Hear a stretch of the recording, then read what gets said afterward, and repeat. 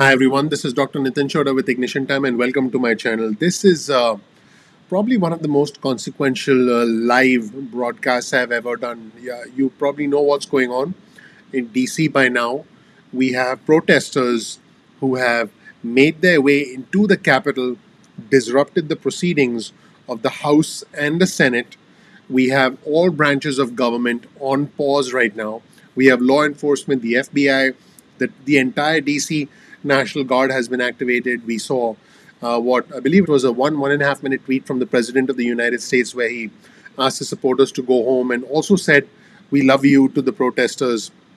We have a lot of unbelievable and highly bizarre things going on right now. My name is Dr. Chhoda with Ignition Time, and what's interesting is the U.S. Capitol was breached today for the first time since 1814, over 200 years. The US Capitol was breached today for the first time since 1814 when the British attacked it and set it on fire during the war, during the war that started 1812. And this was according to the Director of Scholarship and Operations within the US Capitol Historical Society. Quite a painful day, quite a shameful day in the history of America while the whole world watches. My name is Dr. Chhoda with Ignition. I'm going to try and take you behind the scenes to help you understand why this happened, what happened, and hopefully, we can emerge from this stronger. Because I do believe that as impossible as it seems right now, we will emerge from this stronger. It is aggravating, it is astonishing, it is disturbing that this has happened.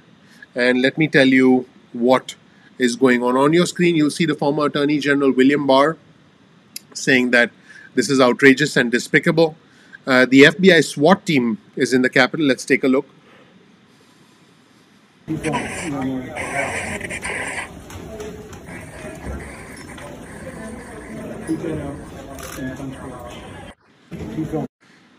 Folks, this is the Capitol where the House and the Senate conduct their business. So, incredible. Billy Piper, who's a former chief of staff to the Senate Majority Leader Mitch McConnell, said that Congress should reconvene when and how possible and try to complete the Electoral College certification process today to minimize the disruption. Billy Piper says, "Hope it can be televised to show that the institutions will not break under terrorism." I'll show you a quote from someone important who said that this is not protest, this is domestic terrorism. And I want to know from our viewers and subscribers, let me know if you agree or disagree. And look at this. Uh, oh my Lord. This flag is not the American flag.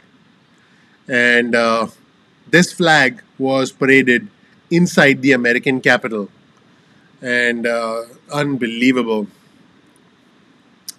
There are individuals who are talking with Vice President Mike Pence about invoking the 25th Amendment. And the president urged, his supporters to go home. But he did talk about the fact that he felt it was a stolen, he continued his grievances about the election. Incredible. Here we have an image of agents with their guns drawn inside the Capitol on the day. Folks, this was supposed to be a sacred day. This was supposed to be the day when the Electoral College meets to certify the results. We did not have to be this divided. And Josh Hawley, who, from Missouri, who was going to object, apparently is still going to object. He said, "Thank you to the brave law enforcement officials who have put their lives on the line. The violence must end. Those who attacked police and broke the law must be prosecuted, and Congress must get back to work and finish its job." Sure, you could say that, you could say that on any day. You could say that on a day where, someone stole something from a shop outside, I don't know, on Pennsylvania Avenue. But today is not a normal day. I was hoping for a more forceful statement, and I was hoping for something a little bit stronger on a day which is unlike any other in the history of our country. Wow. It's pretty emotional times for all of us, folks. There's a press conference here where, Army Secretary Ryan McCarthy said, law and order is needed. Lindsey Graham, of course, who a few weeks ago was making calls to different state officials asking for votes to be overturned and then later denied it, and who played golf with the president to get the president to sign the stimulus bill, who has been one of the biggest supporters of the president, now says he supports President-elect Biden's statement. And he's clearly recognizing politically that, hey, the Democrats control the House, they control the Senate, and we have a Democratic president. Senator Rand Paul said the vote today is not a protest. The vote today is literally to overturn the election. This is the opposite of the states' rights Republicans have always advocated for. Twitter will not allow the president's video to be retweeted. Chris Christie said the president was still placing his personal interests ahead of the interests of the country. And we don't know if those who are planning on objecting will indeed object. By the way, it is clear that the Democrats now control the Senate. I broke this news late last night because I called the election, the Georgia Senate runoff races, late last night. Let's take a look at what's going on some other stations, everyone. Meaning having a curfew in place. Leave now? Are you on hold for any word as to whether or not the Electoral College certification goes forward tonight, or is that just completely on hold? Well, I am pushing for the process to keep on going tonight. I think it is important for our democracy, not just for the United States, but also for the entire world. I mean, we are the safest, most secure democracy. That's Senator Tammy Duckworth from Illinois. Democracy will prevail despite the attempt of a wannabe tin pot dictator in the White House and his unruly mob that stormed the Capitol today. We need to proceed and continue with the work that needs to be done. Thank you, Senator Tammy Duckworth, Democrat from Illinois. Rich Edson's in the middle of what's described as some tear gas near the Capitol. Rich, what's going on there? Good evening, Bill. And what you've got now is Capitol Hill police officers, and you can sort of make them out behind us on the scaffolding there. They're the ones who are in that neon color, and they are methodically clearing the Capitol building as they move down the Capitol. You know, you once, not too long ago, had protesters, demonstrators, the mob leaking into all sorts of areas along that facade. So just picture that with just a few hundreds, if not a few thousand people up there. That has changed significantly now over the last couple of hours as Capitol Hill police officers have been moving slowly through to get those people out. You're hearing the flashbangs, you're seeing the smoke from the tear gas to try to move folks back, and then every once in a while you'll see folks come back down here, and clearly they've been affected by that tear gas. This has been a scene we weren't able to get anywhere near here where we were just a short while ago. That's because there were just so many people here. Thousands upon thousands of Trump supporters who came from all the way down, farther down by the Lincoln Memorial, about a mile and a half from here, walked up here, and of course you saw all that happened.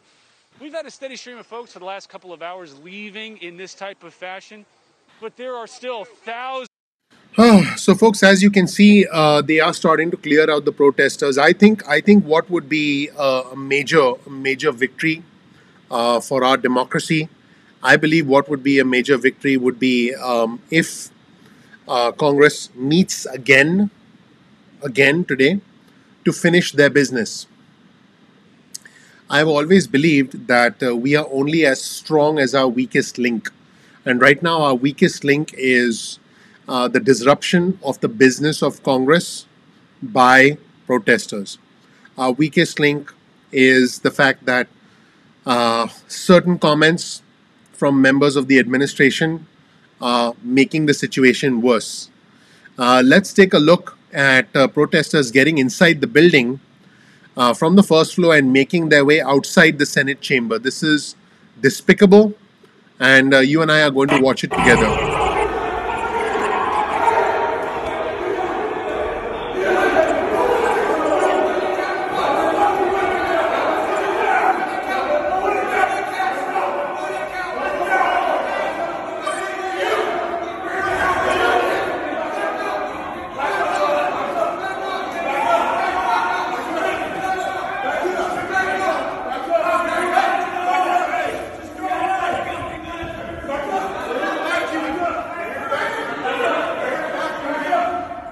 I'm sure there are officers fearing for his life. Second floor.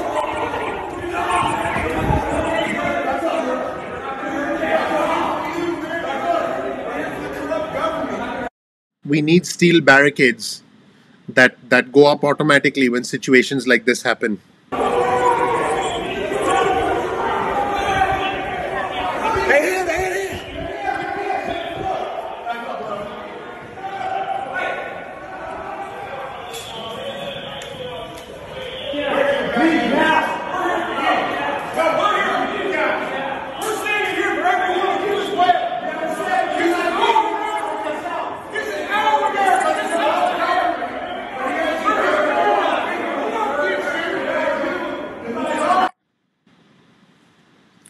Let me know what you think in the comment section below. I'm going to check out the comments really quick from our viewers and subscribers.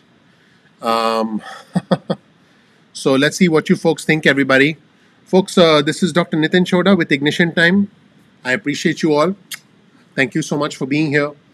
In what is a historic day for the history of our country, I also believe it is one of the most shameful days in the history of our country, because this is not what's supposed to happen in America. If somebody said that there was somebody who lost an election, who then believed that the election was, nefarious, and asked protesters to stand up, and protesters stormed Congress or the Parliament. In other countries it's called Parliament, and they disrupted the normal democratic process. You would say, that's going to happen in a third world country. But guess what? It's happened in the United States of America. So that is where we are right now, everybody. Let's take a look at what else is happening. Looks like everything is shut off within a few square blocks because a mentally ill woman drove her car into a barricade. The National Association of Manufacturers has called on Vice President Mike Pence to gather the cabinet and invoke the 25th Amendment. That's what the National Association of Manufacturers is calling for.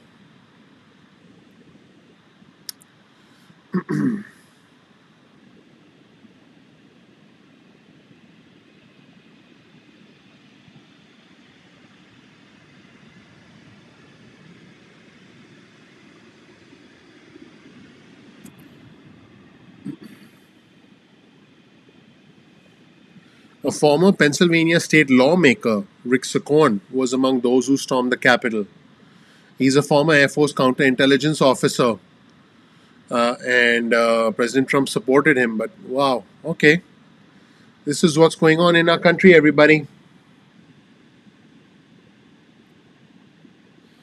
This is the former White House communications director who wrote, "Dear MAGA, I am one of you. Before I worked with President Trump, I worked with Mark Meadows. But I need you to hear me. The election was not stolen. We lost." This is the former White House communications director who is directly contradicting the President of the United States, saying we lost. By the way, the Senate Majority Leader Mitch McConnell said that, this was not a close election. He said other elections were closer. So we have individuals directly contradicting what the president is saying, and that is what I'm reporting here. Let's take a look at some other streams. Should McConnell and McCarthy, guys like Scalise, I'll need to refresh what this. should they say as early as tonight? I will actually need to refresh that. But again, folks, what I want from my viewers and subscribers is I want to know what you think of this sequence of events in the comment section below. Let me know about your thoughts on this. I actually want to show you folks something else here. For the people to move this process forward and to make sure that in another several days or so that we have newly minted President Biden. Congresswoman, what can you tell us about the security of the Capitol complex right now? We have footage that we've been airing live showing the outside of the Capitol, including the area that's set up with the bleachers and such for the soon-to-be inauguration of Joe Biden and Kamala Harris. But inside the Capitol complex, we've had sort of mixed reporting as to whether or not the rioters have been cleared and whether or not law enforcement has been able to secure the interior of the complex. So I, like many others, sort of hunkered down and watching some of the images that you all are bringing us, and it would appear as though it is a mixed bag. It looks as though some places have been secured and cleared. It looks as though others are still compromised. And until such time as they are cleared and safe and swept, we can't return to the business of the House and the business of the people. I have heard conversation that we may. It's important to try and get back to normal business as quickly as possible, so that the government can be seen as functioning. Your impression that members of Congress themselves, you and your colleagues who are elected in the House, have been in danger today. We heard a dramatic account from a congressman from Colorado earlier about being one of 15 or so members who were ordered essentially to shelter in place inside the House chamber as rioters tried to break down those doors. We've seen images of furniture piled up against the doors, which seems like it ought to be Plan Z in terms of defending members of Congress, not anything that we'd have to resort to when we could see something like this coming. Have members of Congress been personally in danger today? I also have seen some of those images, and I'm assuming that the congressman that you're speaking about is Jason Crow of Colorado, and he and I share in common a veteran heritage. I served in the Air Force, he in the Army, and this is definitely not what you expect to see unfolding on the floor of the House of Representatives. And there certainly are scenes that we have seen where our members of our Congress have been in danger and in peril, as have, frankly, the Capitol Police and other people who are charged with our protection. And this is untenable, absolutely unacceptable behavior on the part of it could be described as nothing other than a mob. This mob in the Capitol didn't come out of nowhere. The president has been demanding. So, folks, let me know in the comment section below your thoughts on all of this that's going on. I want to know whether you folks. What you folks feel, and I'm going to interact with some of you in the comment section now. But I can tell you that this is the whole world is watching. This is a sad day.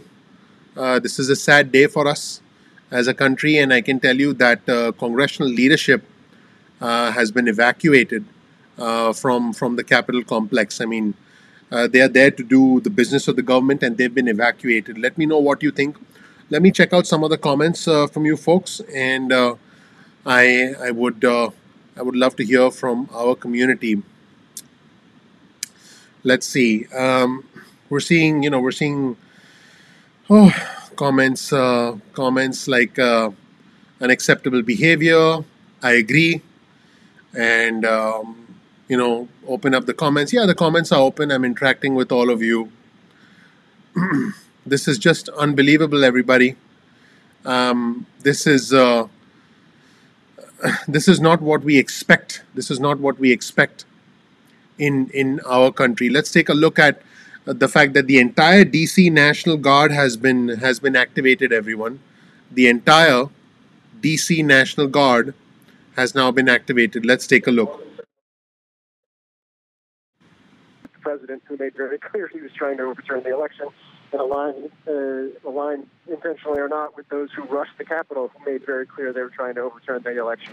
So I don't have the answer to that right now. I don't know that the lawmakers who are proposing the objections have the answer to that right now. But I can tell you there is a critical and growing mass of lawmakers, including some of those who may have been on the fence about whether or not to support some of these objections, that just want to get this done, get this over with, and move on. This has been kind of a splash of cold water in everybody's face. These aren't just words. These aren't just people making things up. This isn't just the media. This is reality. Things got very, very real in very, very close proximity to a lot of lawmakers, particularly in the middle of the pandemic, when you haven't necessarily been able to have town halls, you haven't necessarily been able to meet face-to-face with a lot of people. You only hear. And I want to say something to our viewers and subscribers, that because of the pandemic, the crowd was smaller. There weren't that many police officers, which is, by the way, when the impeachment happened, there were so many police officers you couldn't move in the Capitol. But now, because of the pandemic, because of just a lot of stuff, we didn't see a lot of people. This Honestly, folks, if it was not for the pandemic, if there had been, let's say several thousand more people, more police, this could have gotten much, much, much worse. Now, let me be clear. What has happened is terrible. It's tragic. It's shameful. I want to be as clear as I can about that. But hopefully, Congress can get back to its business. The congressmen and the senators can say, okay, this is real. Let's try and get this done. We'll see what happens. I'm actually personally very curious to see if Senator Ted Cruz and Senator Josh Hawley continue to mount their objections, or whether they change their mind. I'm very curious to see that, because this is a new reality that we are all confronted with, and so let's just see what they do.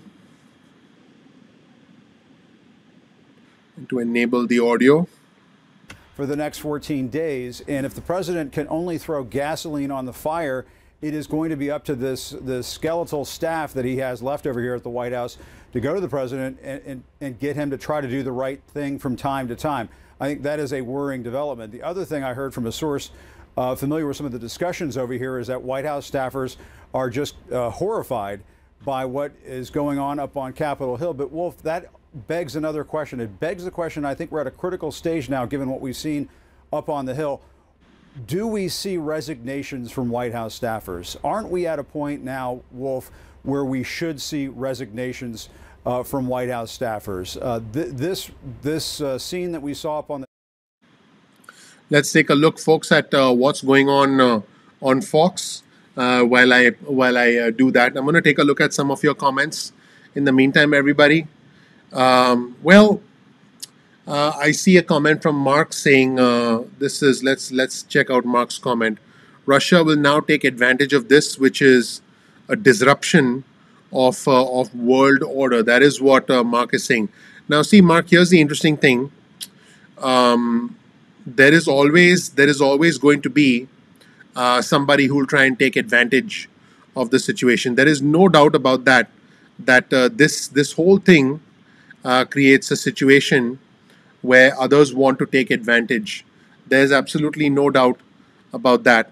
But the fact here is that something needs to change and something needs to get fixed, because clearly there's a lot of division now. The individuals who did this, I'm actually curious to see the profile of these individuals. In other words, are they just people? Are they actually people who had a certain philosophical point of view, or are they just arsonists? Or are they just individuals who were there to create trouble seekers? I would actually be curious to see the profile there as well, because this is certainly not normal behavior, and it's highly disturbing behavior. Now, as far as I know, I want our viewers and subscribers to let me know. I know that there was a woman who was critically injured. I want our viewers and subscribers to let me know, have there actually been any deaths? I hope not. Let me know. Okay? Police in full uniforms. And what did I see today? Nothing. There needs to be answers. And I hope we get to those answers. You're right. I hope we get to those answers. It doesn't make sense at all. I hope we get answers too. To Chad Pergam right now, they simply did not secure it, Chad. And we pointed that out. 5:30 in the evening. You heard Steve Scalise. Do you folks believe that the whole area should have been secured? Because it's clear that that there just wasn't enough security to prevent individuals from getting inside the Capitol. Do you believe? Let me know in the comment section below. Do you believe that the area should have been secured better? Of law, the Capitol needs to be secured, and that's the first thing they have to do. Now, there is this kind of internal debate that's going on right now, because they want to show that democracy is still alive. And so if they can actually come back into session later tonight, once they've secured the building and actually finish the process of certifying the Electoral College, even if it's a truncated process, but they've done their diligence under the 12th Amendment and also under the Electoral Count Act of 1887, then they can say, we did not let the mob win today. We fulfilled our constitutional duties. But this place, to be clear, Bill, is absolutely shaken. Members are scared.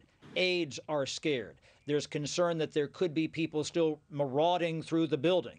The building has been trashed. And also keep in mind, even if they were to meet, they don't have to meet in the House and Senate chambers. At no point does it say that they have to do that. There are other locations here at the Capitol. They don't even have to meet in this building, Bill. They don't even have to.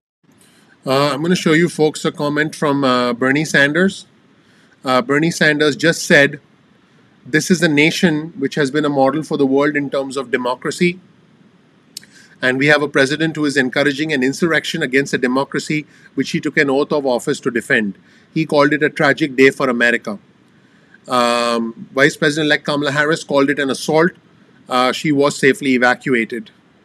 Joe Manchin is gung-ho about trying to finish it tonight. We're going to go back and do our business, whatever it takes. These thugs are not running us off. And let's actually listen to Joe Manchin, everybody. Ready to go back to business, and we're going to go back and do a business. So what is the plan? How are you going to do that? What's going to happen next? No, we plan as soon as they get everything cleared and everything's. I'm not in the office real quick, but I'll be back down. But we're going to go back and do our business. We're going to go back and do our business in the Capitol building. Well, we sure hope so. We'll stay whatever it takes. These thugs aren't running us off. Tonight or tomorrow, Senator? Is there another location? Tonight. We're going to finish tonight. Do you think it's going to be tonight? I mean, a different location? Everyone's committed to staying whatever it takes to get our job done. But here would be in the Capitol, or do you have to go to another location? I think it's going to go back in our Capitol. They're just clearing out the chamber now and everything, and then clearing out the House so we can go back and forth and do our work. Is everyone unified in there, Senator, in a message? It has a way of bringing us together, doesn't it? You're still going to go through with the objections? I have no idea what they're going to do. Ready to go back to business, and we're going to go back to do. So it's clear that they're going to try and get this done, and there was an alarming scene outside the U.S. Capitol. A group of TV reporters were swarmed and chased away from their cameras, which a mob of President Trump supporters trashed. So let's take a look at some pictures of cameras which were trashed, and this is what we have here. Like I said, Joe Manchin does want to finish tonight. And this is the Secretary of Defense, everybody. Secretary Miller and Chairman Milley did not speak to President Trump. They spoke with the Vice President and they said, "Chairman Milley and I just spoke separately with the Vice President and with Speaker Pelosi, Leader McConnell, Senator Schumer, and Representative Hoyer." Steny Hoyer is the House leader, the Democratic House Majority Leader. We spoke with them about the situation at the U.S. Capitol. We have fully activated the D.C. National Guard to assist federal and local law enforcement as they work to peacefully address the situation. We are prepared to provide additional support as necessary and appropriate as requested by local authorities. Our people are sworn to defend the Constitution and our democratic form of government, and they will act accordingly. Democrats want to meet with Republicans and wrap this up tonight. Rand Paul said, "My oath to the Constitution does not allow me to disobey the law." In other words, he's going to vote for the certification of President-elect Biden. And, I'm going to show you folks some interesting pictures. By the way, this is somebody with a flag, which you know what flag that is. It is not the flag. It is not our flag. Walking through the Capitol. So that is just incredible. The National Association of Manufacturers has called on Vice President Mike Pence to gather the cabinet and invoke the 25th Amendment. So let me know what you folks think about that. Rather interesting piece of news. As they rushed away, Senate staff grabbed hold of the boxes containing the Electoral College certificates. And this is supposed to be a sacred day, but it's become a horrific day, everybody. I did mention comments from Alyssa Farah, who's a former White House Communications Director. She said, "I need you to hear me. The election was not stolen. We lost." That is what the White House Communications Director said. Let's hope that Congress can indeed pick back up tonight. I showed you the FBI SWAT team at the Capitol, and I showed you this flag as well. Now, President Trump's video is super interesting. You guys can check that out on his Twitter feed if you want. But Lindsey Graham, of course, saying that we need to work together with President-elect Biden. I did cover comments from Senator Rand Paul. I did also, by the way, mention last night that Democrats would regain control of the Senate. So that is something that I had talked about as well. I want to show you folks a couple of pictures that blew my mind. This is a podium, House Speaker Pelosi's podium, which was stolen by a supporter. Okay, and let's see. There, I actually saw a protester sitting in Speaker Pelosi's office. Super interesting. That's an image that is hard to forget. These are individuals breaking windows to get in. Video right now of these anarchists interaction and these people who were involved in this insurrection. They broke the glass in the United States Capitol, and now they are climbing through the window. This happened moments ago on the grounds of the United States Capitol. We're actually looking at video right now of these anarchists interaction and these people who were involved in this insurrection. So folks, I just want you to understand that what has happened today is terrifying. Terrifying. Individuals who are not scanned by security, some of them armed, broke into the United States Capitol. This is a terrifying security failure for the United States of America. This is a failure of absolutely terrifying magnitude for our country. So I do want our viewers and subscribers to understand that. I actually want to show you folks a picture. No, not this guy. But there's a picture of an individual sitting in Speaker Pelosi's office. Let me get that and then we'll scroll back. It's almost here. There it is. So this gentleman is sitting inside Speaker Pelosi's office. Isn't that something, everybody? So this guy sitting inside Speaker Pelosi's office. Horrifying what is happening right now. And I'm going to show you a tweet on your screen from Shane Harris, who covers intelligence and national security for the Washington Post. And he said, I've covered a lot of security failures. This is a security failure of terrifying proportions. Armed insurgents breached and occupied the Capitol. They're still there. The failure hasn't ended. The Lincoln Project calls for the immediate House impeachment and Senate conviction of President Trump to force his expedited removal from office. Lindsey Graham, wants the U.S. Senate to reconvene and finish their constitutional work. He says federal officials should form a task force to identify those who breached the Capitol, and they should be prosecuted. Efforts are now underway to persuade Ted Cruz and Josh Hawley to stand down from their objections so that, the business can be wrapped up. Representative, let's see. President Trump, by the way, this is interesting. Catherine Phillip, who's a diplomatic correspondent, interviewer, Times of London, said that the president told his supporters to go to the Capitol and said he was going with them. So that is actually a fact as well.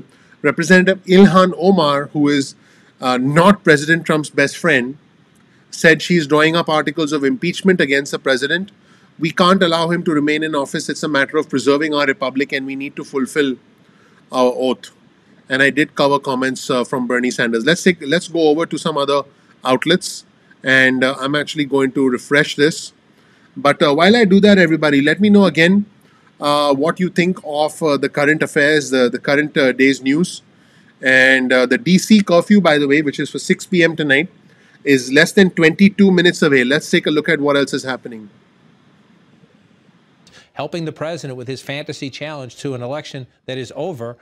They always say America is an exceptional. They're for an exceptional America. Well, this does not make America an exceptional. Respecting our norms and our democracy doesn't. To that point, Wolf, I want to come back to something you reported to our viewers earlier today about what we're seeing, the deployment of the National Guard. You read the statement from the acting defense secretary, where he said the acting defense secretary and the chairman of the Joint Chiefs of Staff spoke with the vice president, Speaker Pelosi, Leader McConnell, Senator Schumer, Representative Hoyer. What's missing? The president. They spoke to the vice president, not the president of the United States. Where is he? Does he not want any part of this? He's the president of the United States who doesn't attend coronavirus task force meetings, who refuses to meet with the experts on the pandemic that is sweeping across the country, and now the vice president has to coordinate with the Pentagon on the response. He's president for 2 more weeks. At least that's what the Constitution and the calendar says. But when you read that statement, it just jumped out at me that this is his job. It's thankful that the vice president's helping coordinate the security response here. Whether you agree or disagree with the Trump administration's politics, you should be grateful the vice president is helping with that. But where is the president at this time of national crisis that he won't get on that phone call and try to protect the Capitol, protect the lawmakers, and protect his country? If the President of the United States, John, the Commander-in-Chief, isn't doing his job, even though there's only 14 days left, should the 25th Amendment to the U.S. Constitution be invoked, which namely suggests that members of the cabinet can come forward and say this president is unfit to be president, to be commander-in-chief? As I noted earlier, there have been some Democrats who have said that today. There have even some Democrats who said let's impeach him in the final 2 weeks. A Republican manufacturing group, a Republican-leaning manufacturing group, the National Association of Manufacturers, has raised the 25th Amendment question today. There are 2 weeks left. It is impossible to see that happening. But what is just the stirring of this debate again? What does it tell you? That this administration, which has been toxic from the beginning, is even more toxic at the end, when you would think that even in a Trump administration, even for all the outrage and the disregard of norms and truths and institutions and facts and election math, you would think after all of that, the president, normally we think the president is about himself, that he would think if I want to run again, if I want to have a legacy, I would at least exit with some dignity. But that's not happening, Wolf, which is why these questions will continue about impeachment, about the 25th Amendment, about his willingness, his ability, his capability to do his job to the very end. We see a standoff unfolding between police and these rioters. Donnie O'Sullivan is watching it. You're right there, Donnie. Tell us what you're seeing. Yeah, Wolf, we are here at the police line. The police have pushed the members of this mob, these Trump supporters, away off the Capitol grounds, and we are here at the west front of the U.S. Capitol. We're actually at the spot where the barriers were originally broken earlier today when we were here, and it's quite surreal, Wolf, because we're seeing these Trump supporters shouting at these police, accusing these police of being traitors. Of course, we always hear from the Trump White House and Trump supporters how much they love the police, but seemingly not tonight. As we mentioned, I'm going to share some tweets with you folks as we have some more information coming in, everybody. And let me share some more information that's coming in. The Senate Majority Leader Mitch McConnell, the Senate Minority Leader Mitch McConnell. I keep saying Senate Majority Leader because I've been covering the news for so long that it just rolls off my tongue. Senate Majority Leader. The Senate Minority Leader, now the Senate Minority Leader Mitch McConnell, said, "I will not pretend such a vote will be a harmless protest gesture while relying on others to do the right thing." And President Trump did call the press the enemy of the people earlier today. And many of President Trump's supporters, said the media is the enemy of the people. They destroyed equipment. And this is something that I personally haven't seen and a lot of us haven't seen. Let's take a look.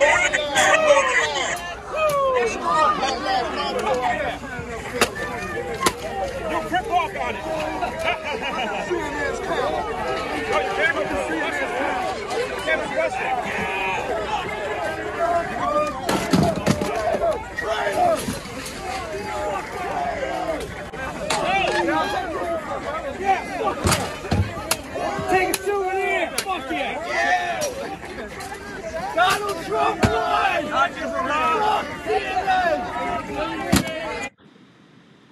Guys, I never thought I'd see this in the United States of America. Comment from Goldman Sachs CEO David Solomon.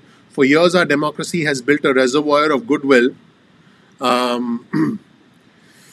around the world that brings important benefits for our citizens. Recently, we have squandered that goodwill at a rapid pace, and today's attacks on the U.S. Capitol does further damage. It's time for all Americans to come together and move forward with a peaceful transition to power. We have to begin reinvesting in our democracy and rebuilding the institutions that have made America an exceptional nation. Comments from Goldman Sachs CEO. Let's take a look at some other situation. A lot of senators do indeed want to finish tonight. Congress is considering coming back into session tonight to try and wrap this up. 13 people have been arrested, everyone. And a lot of Republican senators are under extreme pressure to stand down after these rioters swarmed the Capitol, everybody. But clearly, folks, there is an emphasis to try and get everybody to try and get this business wrapped up tonight. Let's see whether they can indeed wrap up the business tonight. Do you think Congress should come back in and wrap up the business tonight? Let me know. Let me know what you think in the comment section below. What we'll do is I'm going to take you folks into another segment right now and show you folks what's going on live. And there, again, a lot of journalists are continuing to do their work despite this horrific situation. And I think we deserve a lot of credit, folks, for someone like me, who's able to deliver this news to you. I'm relying on exceptional reporting, which is coming in. Let's take a look at this reporting that's coming in now of the standoff that's existing in D.C. now. And our assistance to our federal partners and vice versa. And what we've seen here is a breach of our very democracy. And so we will continue to work with our partners to get it under control. In 15 minutes, the curfew drops, and anybody who's still out will be in violation of the curfew. Will they be arrested? Our police are moving and will work with not just the D.C. police. We have called in to support D.C. streets and the U.S. Capitol response. Our neighbors, as well as the D.C. National Guard. I've requested the guards from Maryland and Virginia to also come in. So people will be held accountable. We want everybody to move out and to move out quickly. But the curfew will be enforced. So is that a yes? They will be arrested? I mean, let's shift gears to what's happening on Fox.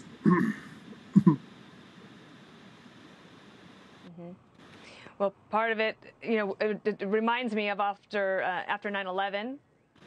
When it was so interesting to me today, Bill, when you saw the protesters up the steps of the Capitol, I was kind of shocked because I remember after 9/11 that was closed off. And for those of us who used to run along the mall there, to run the monuments for exercise, at the end, if you were super ambitious, you would try to run up the steps of the Capitol and just take a moment, take it all in, and then run back down. And that was closed off. And that was after a major terrorist event. Now, domestic terrorism and these riots that D.C. has had to deal with, plus the coronavirus situation, has made the city seem unrecognizable. However, it came back after 9/11. Slowly, people started figuring out how to deal with security in a way that would allow the wonderful visitors from not just America, but from all over the world who love Washington, D.C., but also, most importantly, what America stands for. We'll figure out a way to get it back. I'm not suggesting in any way that I'm Pollyannish. I understand the difficulties that we're in, but America always comes through. And we'll get through this, and hopefully there will be punishment for the people who broke laws today. Folks, I can confirm that the Senate Majority Leader Mitch McConnell does want Republican senators to get back in and try and finish the Electoral College certification tonight. And a lawmaker did tell CNN that staff was able to remove electoral ballots before rioters breached the Senate floor. So that would have been a catastrophe on top of a catastrophe. But Senate Majority Leader Mitch McConnell is telling members that they should go back into the chamber tonight to project strength after what has happened today. And that is what's going on right now. Past couple of hours is going through the building, making sure there aren't any marauders somewhere in the basement or down in the crypt or somewhere. This is a big complex linked underground by multiple tunnels between the House and Senate office buildings. So there's a lot of real estate up here to cover. And that kind of coincided with the idea that they are determining that the Capitol is safe and that it's been cleared of pushing back these demonstrators away from the building. And that's why we're starting to hear from individual members that the House and and Senate intend to come back into session later tonight. Democrats and Republicans alike, regardless of where they are on this issue about whether or not they thought they should certify or not certify some of these electoral votes, they want to make the point that the mob did not win today, that democracy will prevail. That's why they want to come back into session. Will they do that in the House and Senate chambers? Because the building. So, folks, what we have right now is that it seems that Congress will come back in session tonight. That's what they're going to try and do, because they want to project strength not just nationally but also internationally, and try and finish the electoral college certification process tonight. In the meantime, it does look like more and more protesters are being cleared out. It does look like more and more protesters are being cleared out. And the entire, like I said, the entire DC National Guard has been activated, and we are minutes away, 10 minutes away from the DC curfew. Let's listen in. It has to be asked, does the vice president, does the cabinet need to step in, invoke the 25th Amendment, and remove him from office before he wreaks even more damage? Abby, you and I were talking. Jay Timmons, former Republican operative, now the head of the National Association of Manufacturing, put out a statement today saying that Pence should think about invoking the 25th Amendment. I mean, we've already heard that the acting Secretary of Defense spoke not with President Trump, but with Vice President Pence about deploying the National Guard to the streets of D.C. to protect. So, folks, I have breaking news for all of you. I can now confirm, and this information just came in, that the U.S. Capitol building is now secure. Okay, the Sergeant at Arms has announced that the U.S. Capitol building is now secure. I'm expecting everything to get back on track shortly. But let's take a look at how all of this started, courtesy Andrew Feinberg. Let's take a look at this video and President Trump's comments from earlier today. Still wait. I think one of our great achievements will be election security, because nobody until I came along had any idea how corrupt our elections were. And again, most people would stand there at 9 o'clock. Let me see if I can raise the volume, because I think this is as high as I can go, because I know that you folks want to hear this. This is the max I can go, guys. Let's listen to what the president said earlier today. Still wait. I think one of our great achievements will be election security, because nobody until I came along had any idea how corrupt our elections were. And again, most people would stand there at 9 o'clock in the evening and say, I want to thank you very much. And they go off to some other life. But I said, something's wrong here. Something's really wrong. Can't have happened. And we fight. We fight like hell. And if you don't fight like hell, you're not going to have a country anymore. Our exciting adventures and boldest endeavors have not yet begun. My fellow Americans, for our movement, for our children, and for our beloved country. And I say this, despite all that's happened, the best is yet to come. So we're going to walk down Pennsylvania Avenue. I love Pennsylvania Avenue. And we're going to the Capitol, and we're going to try and give. The Democrats are hopeless. They're never voting for anything. Not even one vote. But we're going to try and give our Republicans, the weak ones, because the strong ones don't need any of our help. We're going to try and give them the kind of pride and boldness that they need to take back our country. So let's walk down Pennsylvania Avenue. I want to thank you all. God bless you, and God bless America. Thank you all for being here. I can also confirm, everybody, that Facebook has now taken down, oh, not that one, sorry. Facebook has taken down the video that President Trump put up earlier today. And this was just reported that Facebook took down the president's "We Love You" video. And let's see, we have Guy Rosen, who is the VP of Integrity at Facebook, said, "This is an emergency situation and we are taking appropriate emergency measures, including removing President Trump's video. We removed it because on balance, we believe it contributes to rather than diminishes the risk of ongoing violence." Wow. I'll tell you what, let's take a look and see if President Trump's video is still on Twitter. Let's take a look. All right, it's still there. And the tweet can't be replied to or retweeted or liked due to the risk of violence. And pretty incredible what has gone on today, everybody. Let me know in the comment section below what you think of this entire situation. What I'm going to do is I'm actually going to take a look at a couple of other clips as well. But I can tell you that today was supposed to be a sacred day. Today was supposed to be a peaceful day. A peaceful day where, senators who wanted to object could object. It was not meant to descend into anarchy like this. That's not what was supposed to happen. But I can confirm that the Capitol building is now secure. Let's take a look. Sure that the security of this building, so after rioters stormed the building, damaged the property, and created havoc, and the Capitol building is actually damaged. These protesters, let's just call them domestic terrorists. These domestic terrorists trashed the inside of the Capitol and also made their way into Speaker Pelosi's office and stole stuff. Get back to their business, to do what they were supposed to do at the onset of the day, which is, of course, the electoral vote certification. I'm told from various House and Senate sources that there is a major push to get this done tonight, to go through the proceedings on both sides in the House and Senate, to go through all the, if there are still objections, to go through those objections. And as Dana just noted, there is pressure building on these House members and some senators who want to object and drag the proceedings out. Republicans are leaning on some of these members to say, drop the objections. We've just been through this chaotic situation. Let's show the country we're united and get through this quickly. I just had a chance to talk to Senator Roger Wicker, who spent a long portion of the day in an undisclosed location with other senators as they have been in a secure spot. I asked him, are you urging your fellow Republicans to drop this effort?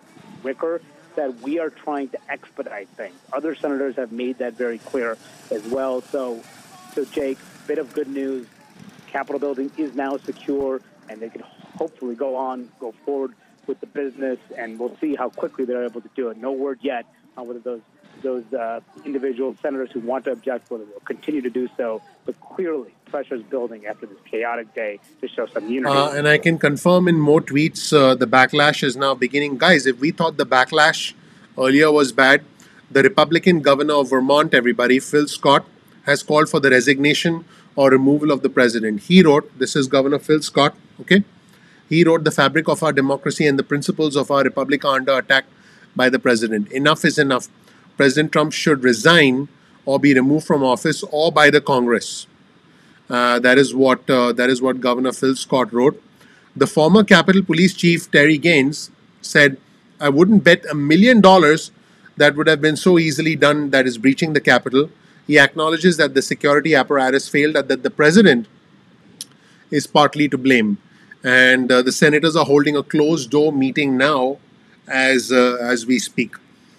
Just a sad day, a tragic day, folks.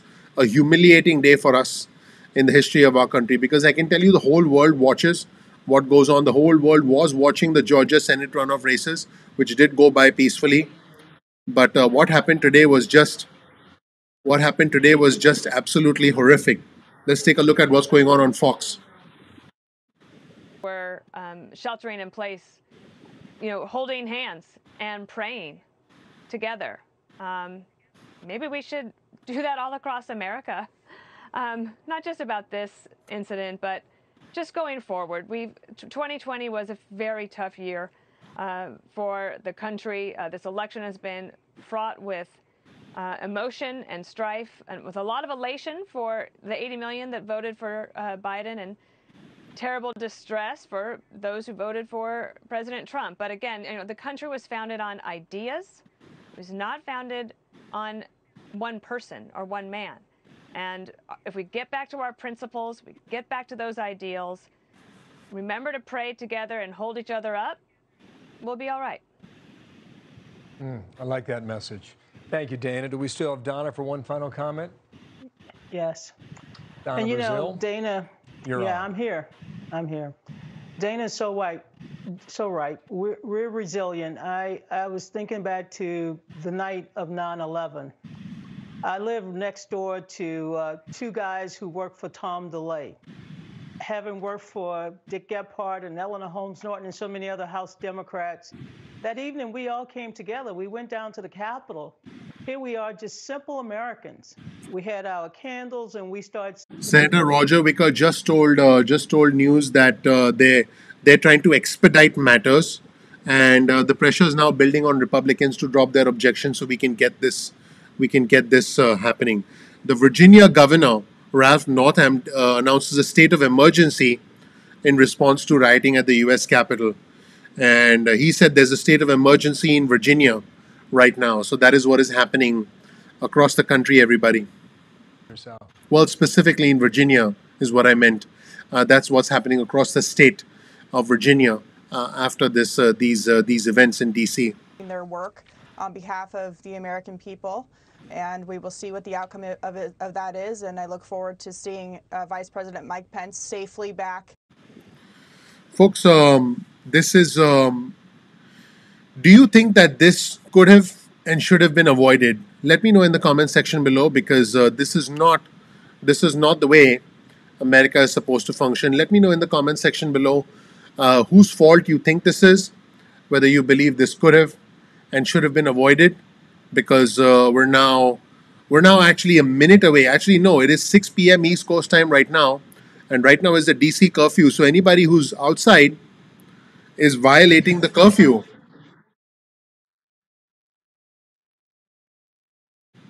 Closer to the curfew, we have seen that area cleared. So a lot of this crowd, the vast majority, I would say, of this crowd that was out here this afternoon has melted away. But there is still a large number who have gathered down here. If you know Washington, D.C., this is the Capitol reflecting pool. And at least for now, Wolf, they show no sign of going home. There has been some tear gas fire. Here are the facts, everybody. The Republicans have lost control of the United States Senate, number one. The $2,000 stimulus checks are likely to happen because Democrats won control of the Senate. And the president, his political power has reduced, but again, his ability to create chaos and to incite his supporters is not diminished at all. Unfortunately, we're at a moment of inflection in United States history. I do believe that Congress is going to try to take some action over this to show that we stand strong and not everything comes down to one set of supporters or one individual. I believe that is what Congress is likely to do. We'll find out very soon, but let's go back here and see what the reporting suggests. Out. So the curfew is now in effect, but these Trump supporters, many of them still out here, Wolf. Yeah, it's an awful situation. The curfew now is in effect, but I don't see the police going about starting to tell these people they're going to be about to be arrested for violating the curfew. They should not be on the streets of Washington, D.C. right now. They should be heading to their hotels or to their homes. Cindy says he weakened our country today. And Mark is saying this should have been avoided in the first place. Oh, my Lord. What a tragic day. What a shameful day. What a humiliating day for the country. Honestly, guys, I don't care about the president. I care about the presidency. And I can tell you this is a shameful day for us right now. Shameful. Donald Trump. Laura and I are watching the scenes of mayhem and unfolding at the seat of our nation's government in disbelief and disarray. Dismay, former President Bush says. It is a sickening and heartbreaking sight. This is how election results are disputed in a banana republic, not our democratic republic. I am appalled by the reckless behavior of some political leaders since the election and by the lack of respect shown today for our institutions, our traditions, and our law enforcement. The violent assault on the Capitol and disruption of a constitutionally mandated meeting of Congress was undertaken by people whose passions have been inflamed by falsehoods and false hopes. Insurrection could do grave damage to our nation and reputation. In the United States of America, it is the fundamental responsibility of every patriotic citizen to support the rule of law. To those who are disappointed in the results of the election, Our country is more important than the politics of the moment. Let the officials elected by the people fulfill their duties and represent our voices in peace and safety. May God continue to bless the United States of America. Now, again, George Bush is not a perfect man, and he was not a perfect president, but Wolf, someone who understands, man himself, lost the popular vote, won the presidency. It was a controversial time, lived through the Iraq War, a very controversial time, but served 2 terms as president. In the middle there, he doesn't mention President Trump, but he says this assault today undertaken by people whose passions have been inflamed by falsehoods. What you just heard was a statement from President George W. Bush. Yeah, and he says, let the officials elected by the people fulfill their duties and represent our voices in peace and safety. But we know one person who was elected by the people. That would be the President of the United States, who's clearly not fulfilling his duty as Commander-in-Chief and as President of the United States. It's interesting, John, that the statement released by former President George W. Bush is entitled a statement on the insurrection at the Capitol. That's a very strong word, insurrection. But it's a fair word. He's calling it like he sees it. And George W. Bush, again, whether you supported him or not, whether you agreed with him or not, he was always plain spoken. And he's calling, and it's also true, look, it's just a fact. There's no love lost between the Bush family and President Trump. And so there is some history, if you will. But remember, George W. Bush, a president for 2 terms, the son of a president who also served as vice president, a man who, again, there can be a debate about his faults and policy, and people can have that debate. He so respected the office. He so respected the building. He so respected the institutions of government. He so respected the relationship. He so respected, even when he sparred with it, the news media. A president who understood, because of how he was raised, because of the family he came from, because of his public service in Texas and his public service in Washington, he understood there are lines. There are ways to protest. There are ways not to protest. So, look, there's a debate about this president. There's a debate in the Republican Party about what to do now that this president is leaving. George W. Bush, largely silent since he has left office. He speaks very rarely, and he speaks when he thinks he is compelled to speak. And so a very important statement here. Let's take a look at a tweet from John Bresnahan from Punchbowl News. And he said, and this is a tweet from President Trump a few minutes ago, these are the things and events that happen when a sacred landslide election victory is so unceremoniously and viciously stripped away from great patriots who have been badly and unfairly treated for so long. Go home with love and in peace. Remember this day forever. This is a tweet from Donald Trump 5 minutes ago. Donald Trump, the ex-president of the United States of America, because now I'm going to refer to President Biden as President Biden.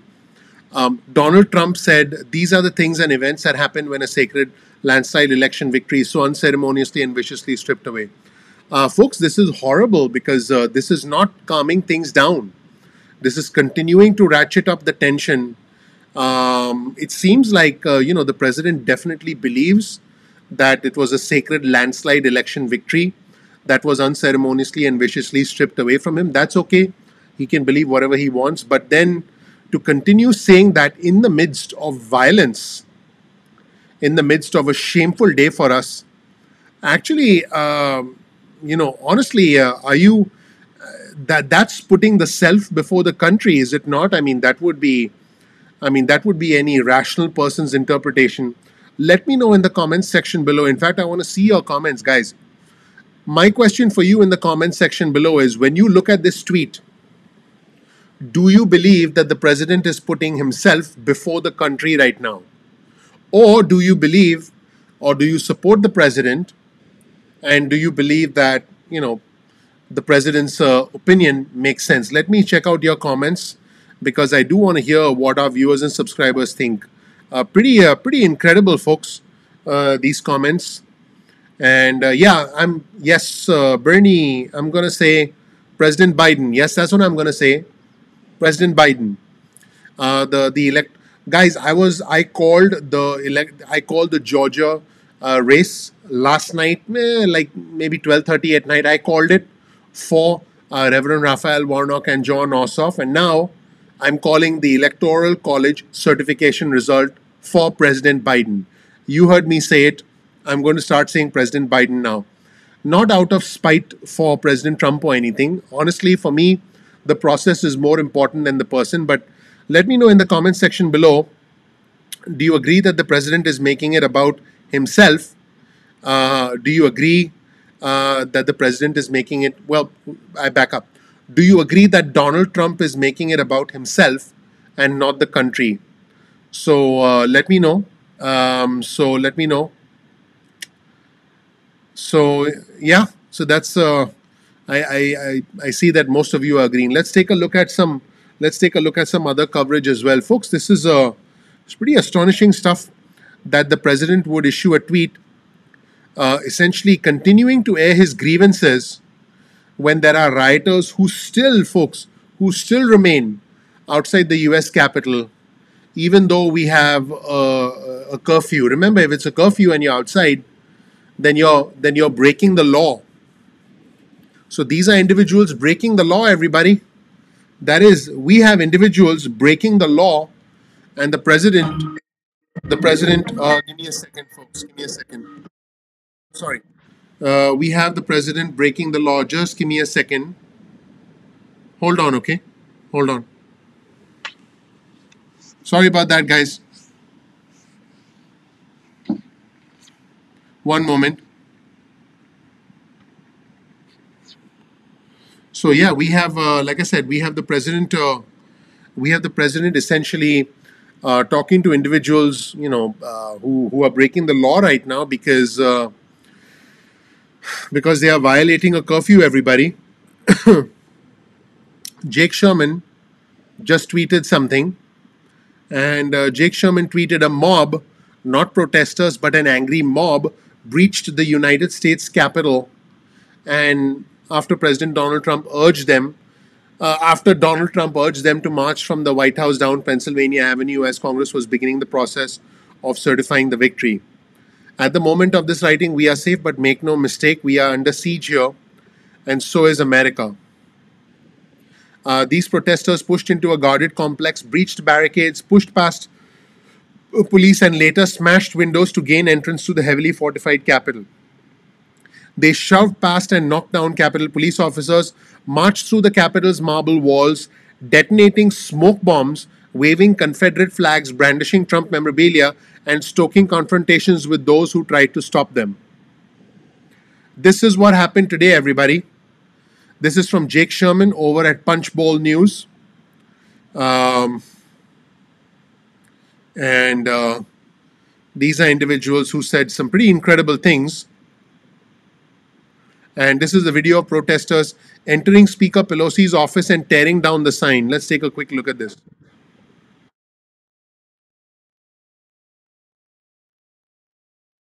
For years we have witnessed turmoil in America, but nothing quite like this. The pro-Trump crowd fought with the police, trying to break through their lines, intoxicated by the unlikely prospect of reversing America's election. And you guys did this to us. We want our country back. We are protesting for our freedom right now. That's the difference. What's the purpose of storming Congress? How do I know that? They reached and entered the Speaker's office itself, although Nancy Pelosi and other lawmakers had already been evacuated to safety. Here you go, brother. As we filmed, protesters tore down Pelosi's nameplate. And so here we are right now inside the halls of Congress. This is exactly what so many anticipated, and yet the Capitol Hill police are doing their best, but failing to control the situation. We all know that they changed the rules mid-game, and they're not being held accountable, and that's a shame. What's your message to the Capitol Hill police and to lawmakers here? This is our country. This is our house. That's it. This is our house. This is our country. This is our country.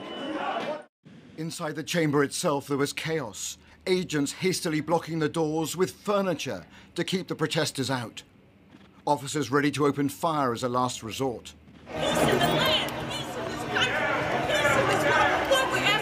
In the galleries, people took shelter. The great constitutional showdown in Congress had to be suspended. Madam Speaker and members of Congress, pursuant to the Constitution and the laws of the United States. A little earlier, the passions in America's political schism were on display as Trump loyalists acted to stop the certification. I rise up for myself and 60 of my colleagues to object to the counting of the electoral ballots from Arizona. But I would urge to both sides perhaps a bit less certitude and a bit more recognition that we are gathered at a time when democracy is in crisis. But the plea to suspend certification of the election was fiercely contested by the leader of the Senate, who broke definitively with Trump. If this election were overturned by mere allegations from the losing side, our democracy would enter a death spiral. We'd never see the whole nation accept an election again. 100 miles away in Delaware, President-elect Joe Biden pleaded for the intervention of the one man who could halt this. I call on President Trump to go on national television now to fulfill his oath and defend the Constitution and demand an end to this siege, to storm the Capitol, to smash windows, to occupy offices, the floor of the United States Senate, rummaging through desks, on the Capitol, on the House of Representatives, threatening the safety of duly elected officials. It's not protest, it's insurrection. Indeed, amid the chaos of this afternoon, shots were fired, and one protester badly wounded. The circumstances are not clear. I can report that there was one woman who was shot inside the U.S. Capitol during these riots, and she was pronounced dead in an area hospital. I can confirm that right now. But it is proof of how perilous it remains here tonight.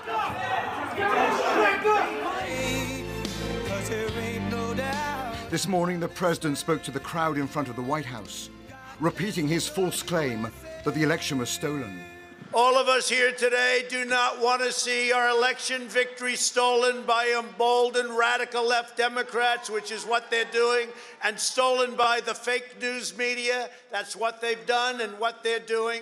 We will never give up. We will never concede. It doesn't happen. You don't concede when there's theft involved. The cost of that rhetoric is increasingly clear. As crowds tonight are still swirling around Congress. And America's long journey as a stable democracy appears to be in genuine doubt.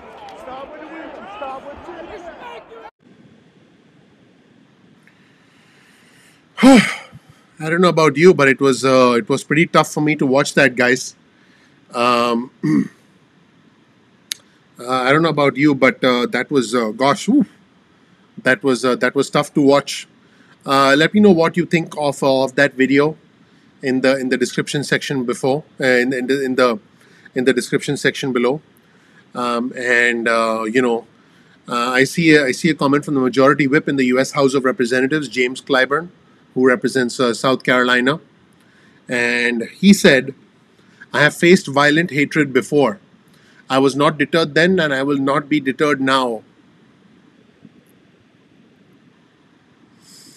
Tonight, Congress will continue the process of certifying the Electoral College votes." Let's see the rest of what he said. "This authoritarian menace will not succeed in his attempts to overthrow our democratically elected government." Do you know who he's talking about? Let me know in the comment section if you know who he's talking about. "I am praying for the safety and security of the public servants who are dedicated to making this country a more perfect union." So, forgive me for getting a little emotional, guys. This is an emotional time. Mitt Romney said we must not be intimidated or prevented from fulfilling our constitutional duty. I actually did a video earlier today where I talked about protesters accosting Senator Mitt Romney, harassing him at the airport, and I said that was crossing the line. I think I'm going to reframe my definition of crossing the line. Would you? Wouldn't you agree? We must not be intimidated or prevented from fulfilling our constitutional duty. I urge my colleagues to move forward with completing the electoral count, to refrain from further objections, and to unanimously affirm the legitimacy of the presidential election. I have to say, everyone, that a lot of the damage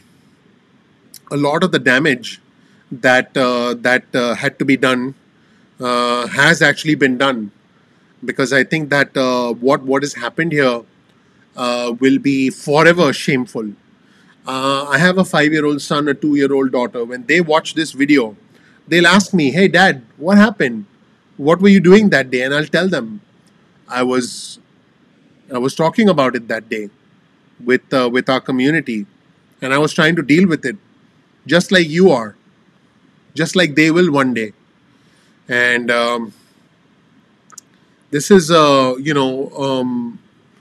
this is something that's not supposed to happen in the United States of America, but it will happen, and hopefully, we can get through this. And this is somebody breaking the plaque of House Speaker Pelosi's office, the sort of the sign outside her office. Again, let me know, folks, what you think in the comment section below, because is this is not something that we expect to see in our country. I'm going to take a look at a clip from another station, and let me show you folks another clip.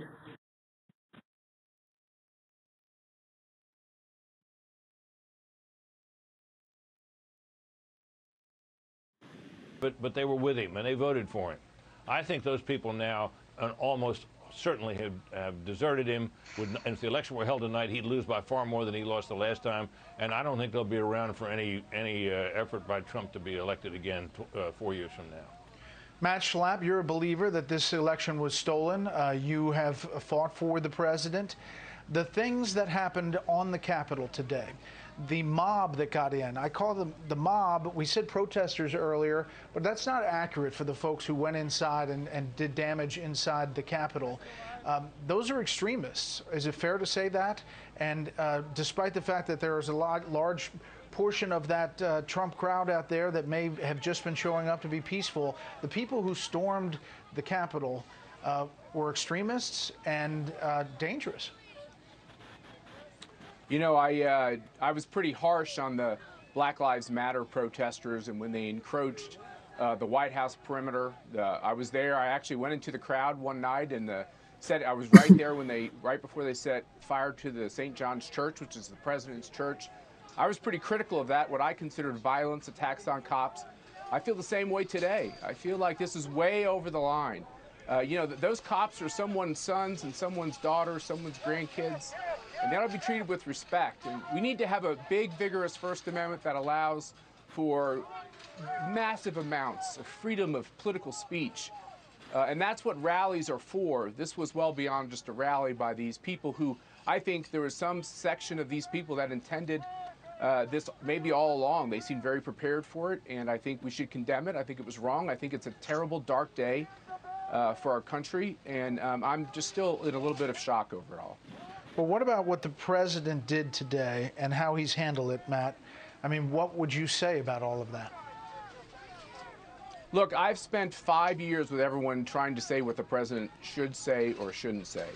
All I can tell you is my view is what happened today does not represent the Trump supporters who I've gotten to know and love, the thousands and millions of them who I spent a lot of time with over the course of the last 4 years and really intensely over the course of the last 6 months. I think the president was right to tell people to be peaceful, to keep the protests peaceful, to stop anything that wasn't peaceful. But I think he ought to do what he always does. He ought to keep talking to this, because I think there's a lot of Americans out there who are rattled by what they saw. You know, I understand there's a 16-year-old young woman who was shot. Now, you know, maybe she was doing terrible things and deserved to be shot. But when people breach these lines and they go after cops, you know, we're the party that talks about law and order and respecting cops. We shouldn't be taking them on and challenging them. And, you know, I worked in the Capitol, and I worked at the White House. I think these are very sacred places. I want people to be able to aggressively disagree with politicians from the other party, but there's got to be some rules of the road and some boundaries, and these people crossed it today.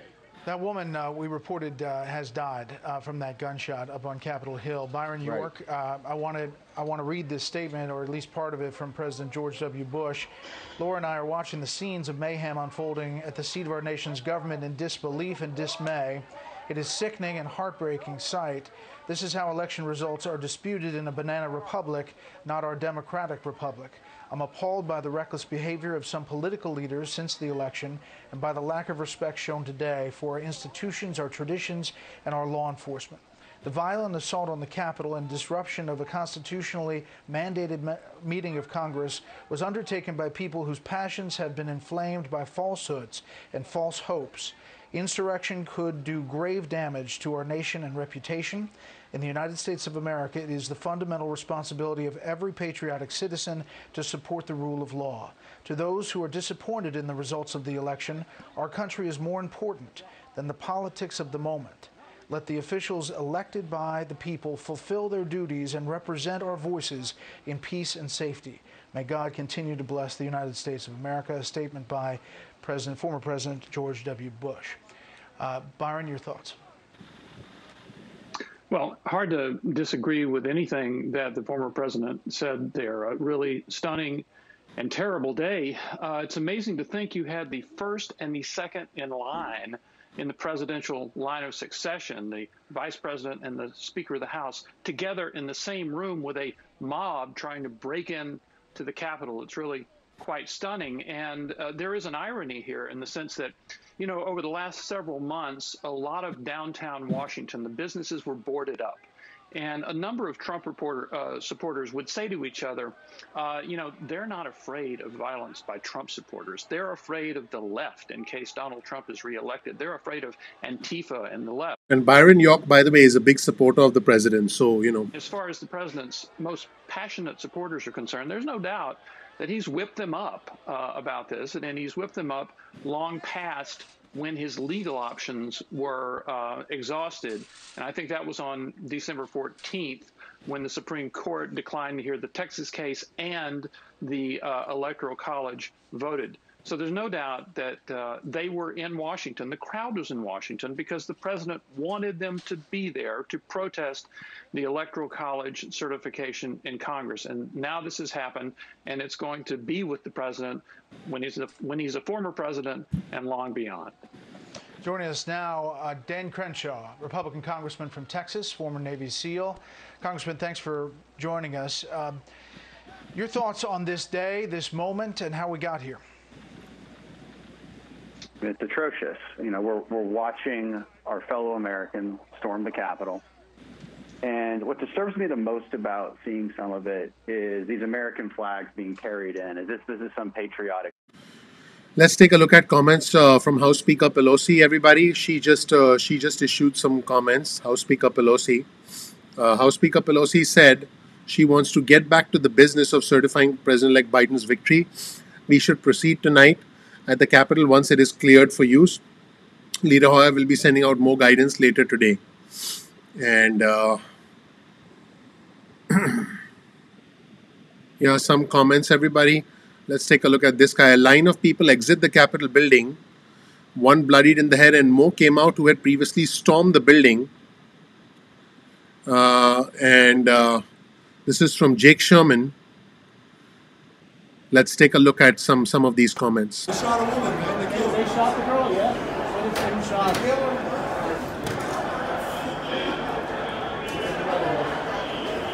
We've been in there. There ain't nothing going on in there. That's what?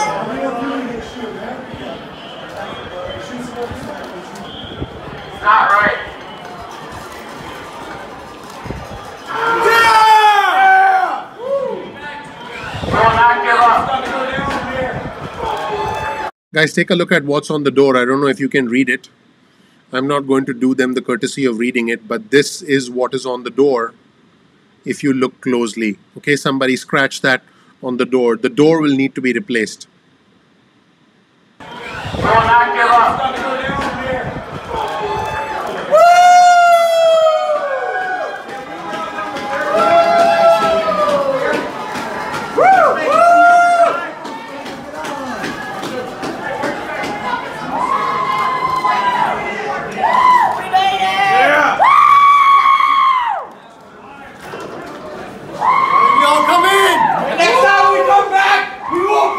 peaceful. Yeah!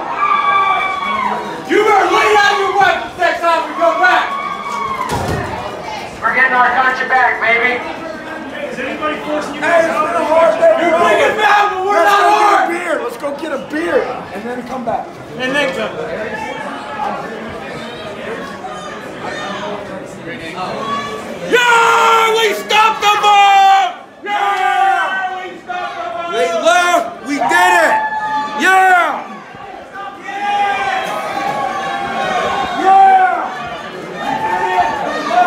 Don't kill any more people while you're in there. Hey, if we come back, we're not going to be like this. Next time we come back, we're going to be hard. I'm 75. You don't appreciate this day. See? No violence. All peace. Spirit, I'm 75. Do not lose it. Hold your ground. Stand and fight.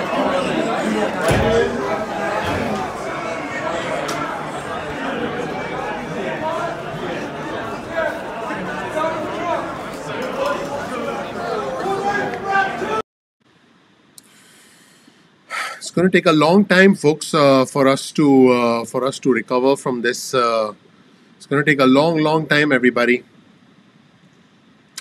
Speaker Pelosi, the night may still be long, but we are hopeful for a shorter agenda, but our purpose will be accomplished. This is from a statement from Speaker Pelosi. Let's take a look. Today, a shameful assault was made on our democracy. Okay? It was anointed at the highest level of government. In other words, Speaker Pelosi is saying that this was supported by and instigated by the president. That is what Speaker Pelosi is saying. Make no mistake, Speaker Pelosi is blaming Donald Trump. Speaker Pelosi is blaming Donald Trump. Today, a shameful assault on our democracy. It was anointed at the highest level of government. It cannot, however, deter us from our responsibility to validate the election of President Joe Biden. To that end, in consultation with Leader Hoyer, who's the Democrat majority leader in the House, with Leader Hoyer and Whip Clyburn, and after calls to the Pentagon, the Justice Department, and the Vice President, notice that she spoke with the Vice President, not the President. We have decided we should proceed tonight at the Capitol once it is cleared for use. Leader Hoyer will be sending out more guidance later today. We always knew this responsibility would take us into the night. The night may still be long, but we are hopeful for a shorter agenda, but our purpose will be accomplished. We also knew that we would be part of history in a positive way today, despite ill-founded objections to the Electoral College vote. We now will be part of history as such a shameful picture of our country was put out to the world, instigated at the highest level. Today, January 6th, the Feast of Epiphany.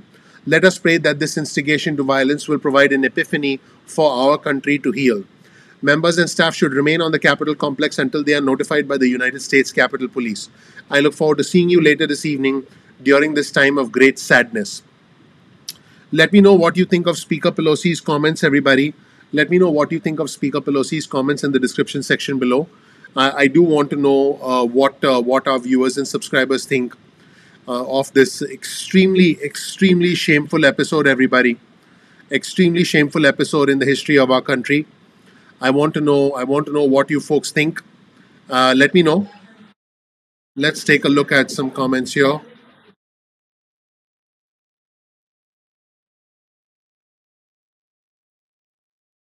Let's take a look at this.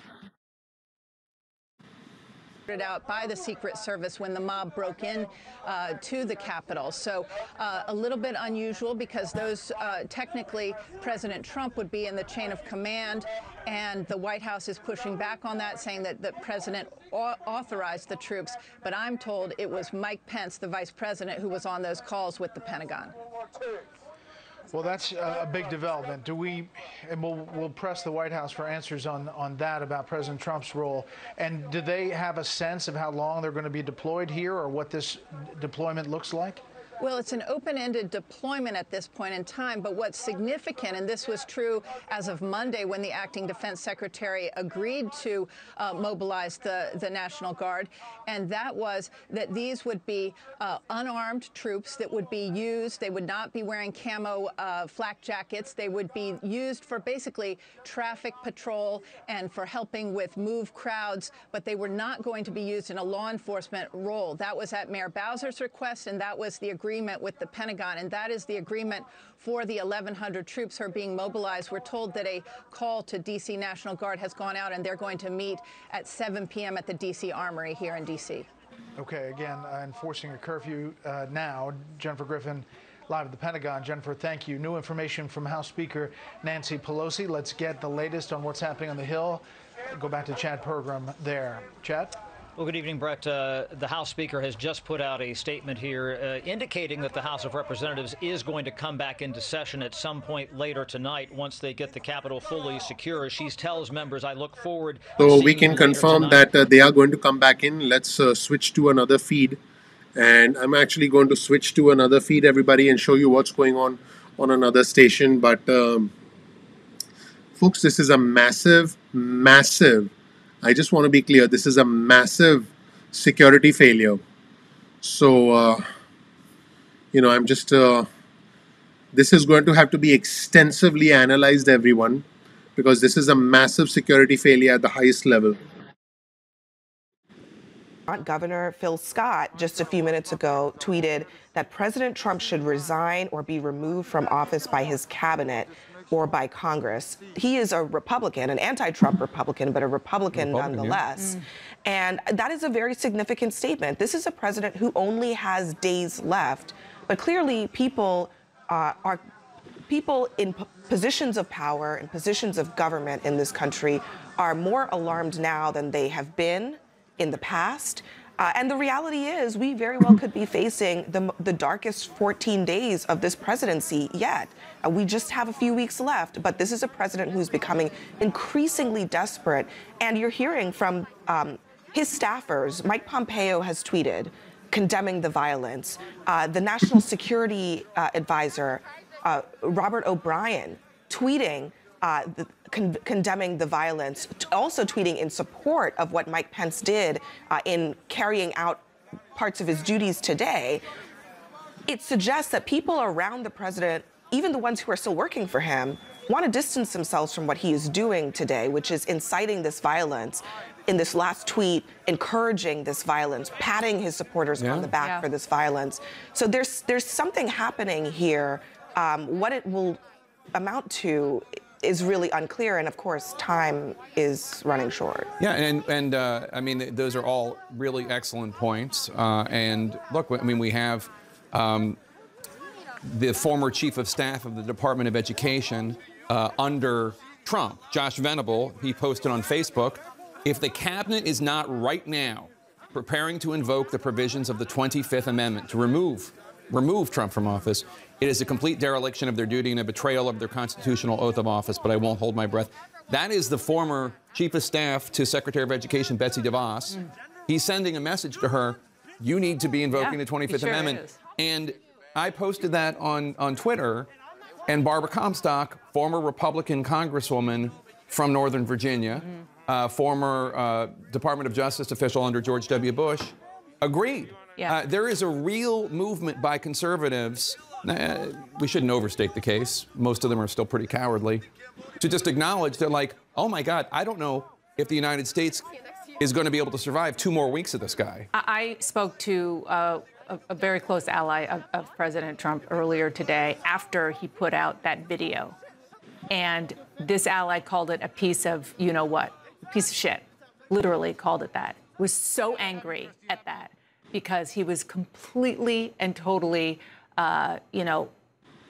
energizing. Even though he was saying go home, he was continuing to energize and repeat all of the lies that led to this situation. And this person said, you know what? So Congresswoman Kathy McMorris Rogers from Washington, who's a Republican, just backpedaled and said that she will support the Electoral College results. Let's show you some new information.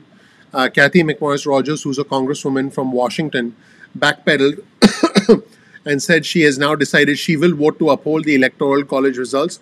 She also called on the president to put an end, I quote, to put an end to the madness. Let's take a look at her statement. Let me move this. Let's see. So let's take a look at her statement. What happened today and continues to unfold in the nation's capital is disgraceful and un-American. Let's make sure you folks can see the whole statement. is disgraceful and un-American. Yeah, I think you folks can see it now. Thugs assaulted Capitol police officers, breached and defaced our Capitol building, put people's lives in danger, and disregarded the values we hold dear as Americans. To anyone involved, shame on you. We must have a peaceful transfer of power. The only reason for my objection was to give voice to the concern that governors and courts unilaterally changed election procedures without the will of the people and outside of the legislative process. I have been consistent in my belief that Americans should utilize the constitutional tools and legal processes available to seek answers to their questions about the election.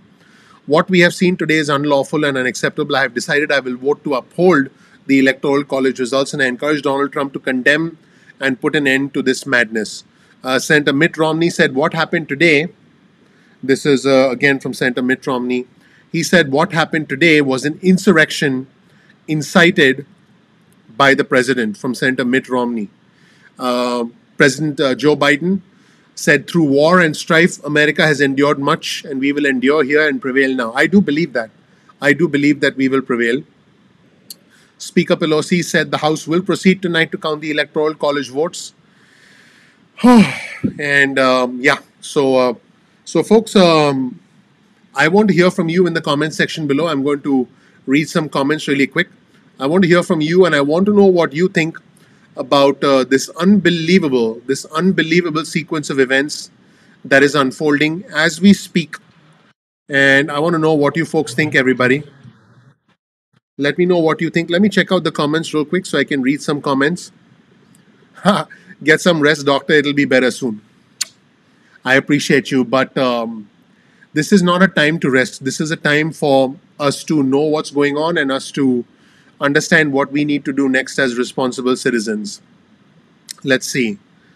Doc, what time do we crack open the Malibu rum? Linda DiMaggio. Linda! This is not the time to drink. I will drink. I will drink on the 20th of January. I'll finish the whole bottle of Malibu coconut rum on the 20th of January. Not because I'm anti-Trump, for the 1% of you who are freaking out right now, but because we will definitively have a president who can act more presidential. And at that time, President Trump will, he can still say what he wants, but it'll have less consequence because, he will have less of a megaphone. So we can drink then, because at that time, this madness will be behind us. I don't think the madness will be conclusively behind us. I do think that there's a lot of craziness that's still ongoing. But, I'll drink later, and I promise I will. I actually enjoy my drink. My favorite drink is Malibu coconut rum with Diet Coke when I'm in the mood for something smooth. Otherwise, it's Grey Goose, or preferably Grey Goose vodka with Diet Coke. Those are my drinks. I'm a vodka drinker and a sushi eater. Let's take a look at some interesting information coming out of Fox right now. Is it time, 14 days from the inauguration, for the president to come out and do something on camera where he concedes? Is that even possible with this president? Well, let me just get to when you started off the panel in the show, you talked about these claims of voter irregularity. And I would like just to take a minute on that, because that is what this is all about. I'm 53 years old. I've spent my whole adult life in politics. When I was asked to go to Las Vegas to try to ascertain what happened in Nevada, nobody really knew. It was a little bit of a black box. And I was shocked. Quite honestly, I was shocked to find tens of thousands of votes that we could prove should not have legally been in the count. By the end, it was over 100,000 votes. And all those exhibits were sent to the judges at each step in the legal process. And the judges really had no desire to look at any of the evidence because they viewed it as a political question. And All right, so Matt, I just want to interrupt you. I just want to interrupt you. I got it, and I do hear you. But I don't have a right to talk about that, because that is what this is all about. It's all about 50% but there are of this country believing. 60 court cases. You couldn't find one judge, Trump judges, any judge, to get... Okay, I'm not going to entertain that conspiracy theorist. I'm going to show you folks, if you guys want to listen to conspiracy theories, I'm sure you can find them. But I'm going to report that the Senate is going to reconvene at 8 p.m. to continue the certification process per the source. So the Senate is going to reconvene at 8 p.m. And what a day, everybody. A few weeks after the election, House Republican leader Kevin McCarthy acknowledged President Trump's clear loss to Dave Wasserman, who, by the way, is with the Cook Political Report, and he was asked whether the president's refusal to concede would lead the country down a dangerous road, and he said maybe. And we have a governor, Governor Pritzker, Governor J.B. Pritzker from Illinois, calling on Congress to impeach and remove President Trump. So that's what we have going on. I'm going to take another look at a sequence from another news outlet just so that we can get a sense of what's going on. Then I'll show it to you folks. Let's get the volume going here. In this source's opinion, he is out of his mind. Now, I talked to a separate source close to the White House, an advisor to the president, when I asked this advisor about the prospect of invoking the 25th Amendment and forcing the president from power, with his cabinet coming together and saying he's no longer fit to be president of the United States. This advisor said because the president has installed so many lackeys on that cabinet, of course, the president always has loyalists on his cabinet, but there are lackeys on this cabinet, including acting secretaries who've been installed recently, that it's just unlikely. The probability of that happening is just not going to happen. And in the words of this advisor, I just don't think the cabinet is going to invoke the 25th Amendment. But it is interesting, Jake, and according to this advisor, aides and allies of the president have been having these kinds of conversations about whether or not the 25th Amendment's time has come when it comes to Donald Trump. But you don't want to get into that kind of conversation when talking about the president of the United States. You don't take pleasure in that as a reporter, using that kind of language. But when a source close to the president, and this is a source who has known the president a long time, talks with him a lot, says he's out of his mind, I think that is serious, Jake. Well, beyond that assessment is the fact that the president is inspiring his supporters to commit acts of domestic terrorism against the U.S. Capitol, against Republican. So, folks, this is you're listening to coverage. I'm trying to examine multiple news sources at one time, and I'm telling you again that this is, folks, this is a shameful day for our country. And I can tell you that there are other countries. There are countries like Russia who are not our friends. There are countries like China who are not our friends, who are looking at this going, okay, here's what we need to do. We just need to maybe agitate President Trump. We need to create some sort of agitation where people can, can revolt, which is basically what this is. And this actually provides a blueprint for other individuals on how to create more discord within us. We've actually given a blueprint. Folks, the virus has been a serious problem for us. Terrorism has been a serious problem, but the threats of the future are going to be, there are going to be two threats in the future. One is cyber warfare. You're looking at me right now on YouTube, right? Let me give you an example of cyber warfare right now. Alexa, turn off the studio. This right now is cyber warfare. This is me losing all my lights through an automated system that controls my studio. Alexa, turn on the studio. So the threats of the future will include the ability to mess with our lights, the ability to mess with our internet, the ability to mess with our bank account, the ability to mess with our social, the ability to mess with, gosh, the cars that we drive are going to become more and more automated, the ability to, just start the car at random, the ability to hack computers. Those are serious threats of the future. The other, and by the way, I'm hoping that our government is working hard to address those threats. The second major threat is going to be domestic terrorism. And what we are witnessing is a haphazard attempt at domestic terrorism, which the country will learn from, which will model our security apparatus for decades into the future. So that is what we are seeing right now, everybody. Other than the immediate humiliation, of what is happening right now, this is a blueprint in understanding and trying to avoid future threats of domestic terrorism. With 50 Democrats, you'd only need 60 Republicans to expel Cruz. They're talking about expelling Senator Ted Cruz. John Cornyn tells reporters that the Senate will convene tonight. And, that is where things stand, everybody. So listen, I appreciate you all. I'm going to keep you all posted on how things go. Let's take one more look at what is happening across different news networks before I let you folks go. But where things stand right now, and let me hold on. Where things stand right now, everybody, is let me show you. I'm going to share the screen with you.